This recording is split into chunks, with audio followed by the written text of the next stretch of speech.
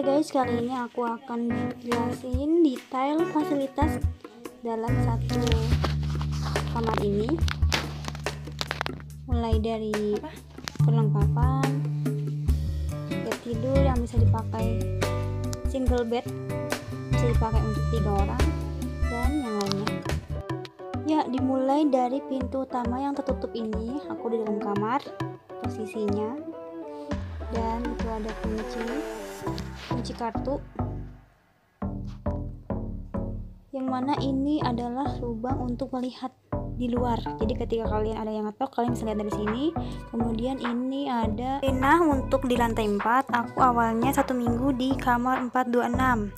Nah, kemudian setelah 1 minggu ada pembersihan, aku pindah di ruang 403. Nah, di sebelahnya, tapi masih dalam satu lantai. Aku di lantai 4, dan ini denah untuk seluruh lantai kamarnya. Nah, kemudian untuk posisi kunci, biasanya untuk di Jepang maupun di hotel lainnya sudah banyak ya yang sudah menggunakan teknologi kartu card. Dari luar kalian tempelkan kartunya di sini, kemudian barulah kalian masuk. Kalian akan masukkan kartu di sini untuk menyalakan seluruh listrik dan telepon. Oke, untuk selanjutnya kita lihat listrik. Untuk saklarnya, di sini ada 3 saklar. Yang paling atas itu untuk kamar mandi dan 2 yang bawah untuk lampu ya. Dan ini untuk daya listrik kuat atau lemah. Colokan Jepang seperti ini, 2 pipih, beda dengan yang Indonesia. Selanjutnya sebelah kiri ada tempat rak sepatu. Nah, jika kalian bawa sepatu, kalian bisa taruh di sini, dan ini tempat untuk meletakkan sepatunya atau sendalnya. Jadi di dekat ini tidak akan ada kotor, jadi tinggal masukin ke kertas ini kemudian ditempelkan seperti itu. Note bahwa sendal selalu bersih tiap hari dan tidak dibawa pulang ya sendalnya. Aku naruh sendal di sini atau sepatu yang dari luar, kemudian dicantolkan di ring sini. Nah, ini adalah salah satu fasilitas sendal yang diberikan oleh hotel. Mau turun dari kasur ataupun mau keluar, aku selalu menggunakan sendal ini. Oke, selanjutnya kita lihat di atas meja ada plastik ya, plastik toyo koin yang banyak banget, ada 3-4 atau bahkan 5. Nah, ini tuh isinya adalah handuk, ada keset untuk di depan kamar mandi, kemudian ada anduk kecil biasa untuk lap tangan, atau mungkin bisa juga buat kalau misalkan lagi sampoan, kemudian untuk ngeringin pakai ini juga bisa. Nah, ya mohon maaf ya karena ini satu tangan, jadi untuk unboxingnya susah. Nah, jadi untuk yang paling besar itu handuk, kemudian untuk yang persegi yang kayak gini, ini buat keset ya, buat di depan toilet atau di dalam toilet juga bisa, baru kering. Kemudian untuk yang terakhir, nah ini yang agak panjang ya, bisa juga buat tangan atau buat ngeringin rambut ketika setelah sampoan, bisa juga, bisa cantol juga di dalam kamar mandi. Selanjutnya di atas meja TV ya, untuk remote-nya, kemudian untuk TV-nya yang mana untuk pasport wifi tiap kamar tuh sudah ditempel di TV ini, ada pasportnya masing-masing. Ini channelnya rata-rata semuanya bahasa Jepang dan ada 8 doang, dan aku jarang nonton, tapi lumayan lah untuk cuaca dan lain-lain.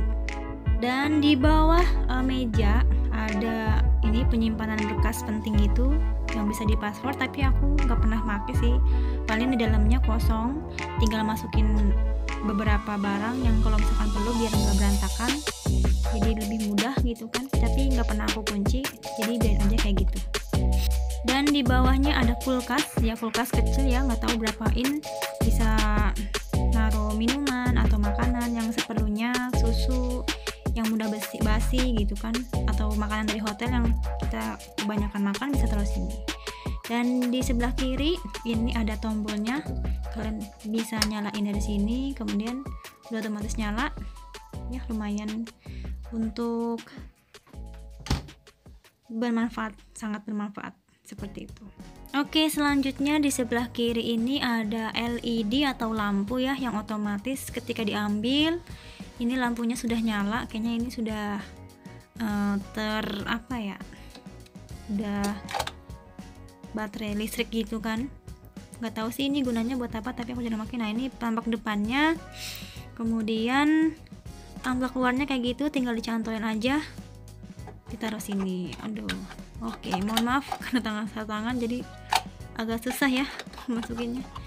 Ya pokoknya ini otomatis ketika diambil udah nyala lampunya. Sampingnya ada heater, tapi di bawahnya ada space, biasanya aku naruh tas ransel. Kemudian ini ada pemanas ketika mau minum teh atau susu. Nah ini teh Jepang, tapi sama sekali nggak pernah aku minum karena aku nggak suka. Nah ini untuk pemanasnya, tinggal kalian isi air dari keran yang bisa diminum.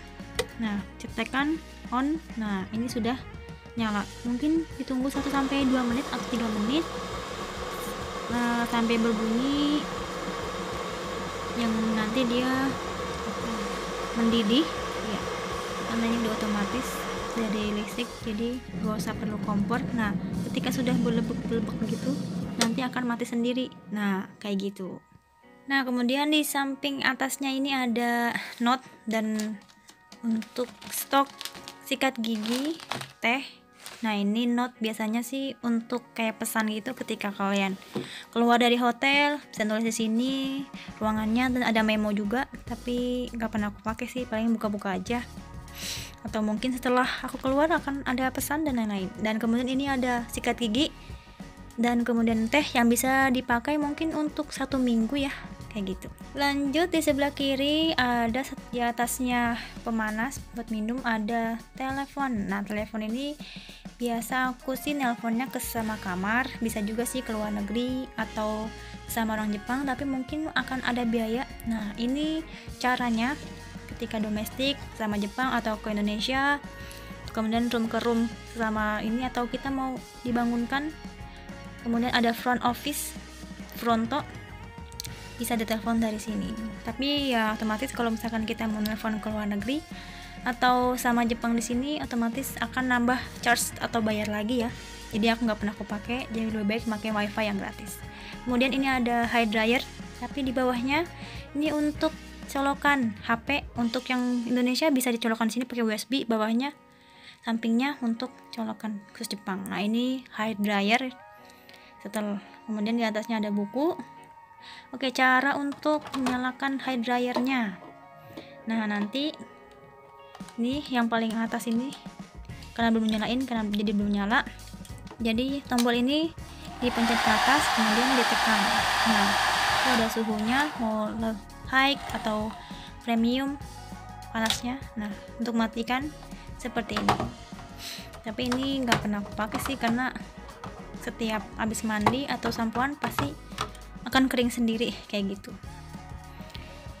Kemudian di atas ada buku-buku dan ada lampu meja rias. Dan juga di atas meja pasti disediain ada tisu dan juga stoknya. Nah kemudian ini ada facial care ya. Ini biasanya sebelum naik ke hotel, ke kamar, di bawah tuh ada disediain banyak, kalian boleh ngambil sendiri. Tapi ini aku dikasih sama teman aku. Jadi ada untuk minyak pembersih, ada buat bersih wajah, kemudian ada lotion, ada susu, tapi aku paling cuman pakai lotionnya aja sih, karena kalau buat buka nggak berani. Tapi lumayan juga sih, bisa digunain. Oil mungkin buat ngelembapin. Jadi setiap kamar kalian akan diberikan plastik untuk buang sampah. Di sini tuh sangat penting ya, buang sampah jangan sembarangan. Ada yang gede yang kecil, dan yang kecil ini biasanya khusus untuk botol, kemudian disimpan, kemudian ditaruh di depan. Kalau yang besar itu untuk semua selain botol. Nah di samping tempat tidur ada truk untuk naruh buku atau lain-lain, majalah. Kemudian di atasnya ada tempat space gitu untuk tas kecil atau HP atau ngecas juga bisa, yang deket tempat tidur. Nah sebelah kiri ini untuk lampu, yang sebelah kanan untuk ngecas ya, USB, HP bisa apapun. Kemudian di sebelah kiri atasnya ada lampu tidur gitu. Terus di deket tempat kasur tempat tidur ada remote AC atau Danbo, Reibo, pemanas juga ada. Kemudian ini ada lampu. Nah lampu ini mungkin buat apa ya, aku jarang pakai sih, mungkin kalau lagi sakit buat gigi atau mata atau apa ya, apapun itu bisa digunain, disediain dari sini. Ini buat nyalainnya, kemudian kalau nggak dipakai tinggal disimpan lagi seperti semula. Kemudian di atasnya lampu ada alat pengukur ruangan. Nah ini ruangan aku segini suhunya, padahal di luar tuh 6-8 derajat ya, tapi karena aku nyalain dambu jadi selalu hangat di kamar aku, bisa dicek dari sini. Dan setiap kamar akan difasilitasi humidifier atau alat pelembapan udara ya, untuk tuh kan kalau di Jepang kan sangat dingin ya, ekstrim kadang 2-3 derajat gitu, jadi ini sangat berguna buat tubuh kita. Meskipun dambunya selalu nyala, pemanasan nyala, tapi ruangan tuh akan selalu kering, jadi ngefeknya itu ke tubuh kita, kulit kita bakal kering. Jadi selalu dinyalain, tinggal diisi airnya, kemudian dicolokin di deket colokan kamar mandi. Nah di sini ya, tinggal dicolokin aja, kemudian nanti dinyalain, ada tombol paling bawah, diputar sepaling kanan.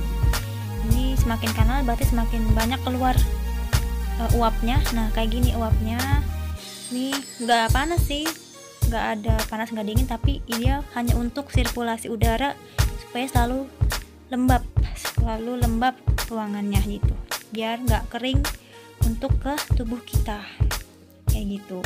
Kemudian di sebelah kiri ada riasan dinding, kemudian ada gantungan baju, kemudian penyemprot ruangan untuk wangi, untuk baju, untuk jendela atau ruangan buat wangi gitu. Bisa juga buat bersihin meja juga bisa. Dan ini view dari luar, jadi aku kalau nyuci, habis nyuci jemurin di sini, kering sih. Ini cara menyalakan AC di Jepang. Jadi karena di Jepang ini ada dua untuk pemanas dan pendingin, jadi tinggal dipencet tombol tengahnya. Nah karena ini aku udah otomatis, sebelumnya udah diatur ya pemanas, jadi swing. Jadi ini tanda apa yang di kipasnya itu di paling bawah ya. Jadi untuk tombol yang paling tengah untuk nyalain matiin, kemudian untuk nyalain danbo atau ngubah pendinginnya atau ngubah pemanasnya bisa kalian tombol.